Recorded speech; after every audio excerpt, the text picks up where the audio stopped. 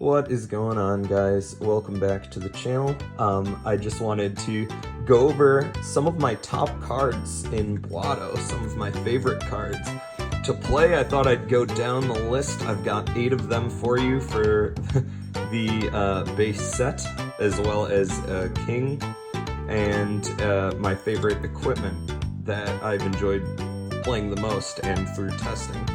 We got a good amount of games under our belt, for sure. I definitely want to shout out Dot Dream. I appreciate you guys so much, and I appreciate your team for, hooking me up with this. This is excellent. You have no idea.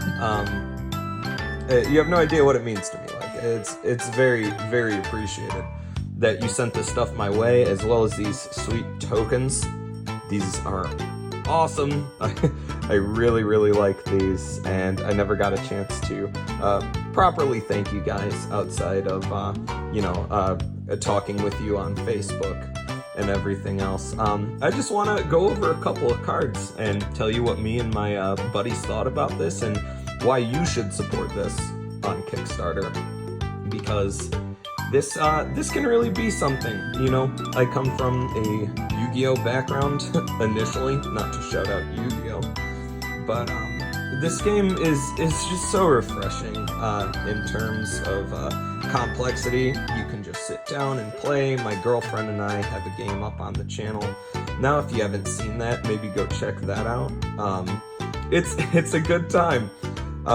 So I'd like to just go down the list, tell you what me and my buddies thought as we go, and I think I picked some good ones for you guys. So first, I want to go over this guy, Riley. This guy is absolutely insane. If Riley attacks a bear, return Riley to your hand after combat. 10-10, no avoidability. Okay, so my buddy, first couple games of testing, saw this card, probably first 2 games, and the combos you can do with this card are just insane. The level of board clearing you can do right now with this guy through combat is insane. His stats are wildly high, and he's just an absolute unit. Riley is a powerhouse, man. He swings in, bounces back if he deals that damage, and depending on how many cards you've played that turn, you can just play him down again, attack, bounce back to hand, play him down again, attack. Excellent card. We would all clench our cheeks a little if this hit the board, so very, very terrifying card to see enter play. Saint Fee. I gotta hype these up as well. The Saint cards in general are insane. When Saint Fee enters the board, gain up to 2 shields with cards from the top of your closet. This mid to late game, absolutely fantastic. Being able to sort of, what you're gonna get into your shields with this, and it can bring you back from a losing situation. The Saint cards, I feel, were designed to be sort of a comeback mechanic, and they do a good job of doing that. You're never truly out in this game until that final blow is dealt, or that final card is drawn. So this card is absolutely excellent. Pretty self-explanatory, I have to say. New Age, this card is hilarious. This card has stolen games. This card comes up unexpectedly as a shield when you least expect it, and you think you're winning, and then all of a sudden this happens, and you lose a couple friends, but it is what it is. Card is ridiculous, and I'm sure, Susura Ritual would be immediately following that. I think in terms of mass removal, Susura Ritual and New Age are, they're disgusting, man. Absolutely disgusting. Not much more to say about it. I mean, this is a little different, though, because you're not dealing a value. You're simply just defeating all bears. So this is what we would call hard removal. Just getting rid of bears, not worrying about value damage, and then drawing a card after the fact. So that's always nice. We like drawing cards. Oh, you know what? I want to go over these last because these are the king I play the most, the king I think is the best, and my favorite equipment. So next up, Milby. This card is another one that has been fantastic through testing. When Milby enters the board, rearrange the top 2 cards of the deck, then draw 1 card. Controlled draw, controlled stacking the deck. So if you are trying to follow up with a play that lets you, like Discovery, for example, and you want to reveal the top card of your deck, see if it's a spell to benefit from it. It's excellent, and she has fantastic avoidability. I mean, 4 digits here, very, very good. This is a really good card. Every time this was seen, it was she's excellent. She sticks around and nets you that draw and controls that stack. So that's always good. Swine, this is another one that I think is one of the best, because when it enters, you just get to draw those 2 cards, 2/4 stat line, pretty solid stat line, as well as avoidability. This is just a good card to see anytime. It's never a bad time to see. The earlier the better, but never a bad time to see Swine. Very good card. Next up is Michael. This card just makes you feel safe, man. Whenever you swing with this guy into a shield, you don't have to worry about that shield triggering. I think this is the only card in the game currently that has an effect like this. Well, there's another bear that does something similar, but not regarding shields. I'm still learning the cards, so, bear with me. See what I did there. But anyway, Michael, this card, excellent.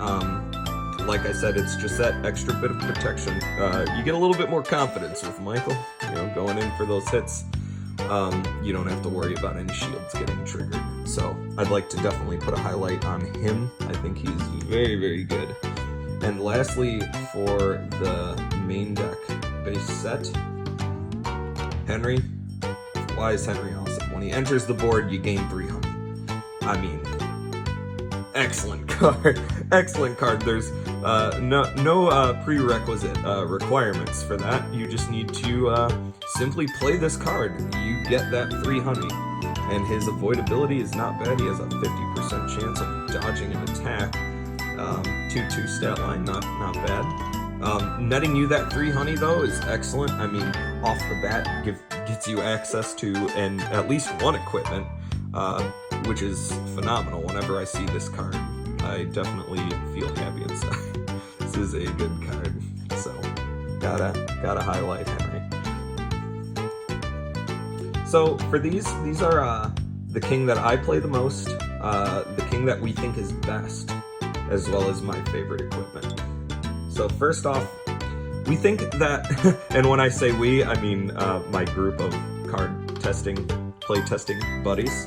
My buddy, in the bear suit, y'all know that guy. I'm using him in thumbnails. Played this game 1.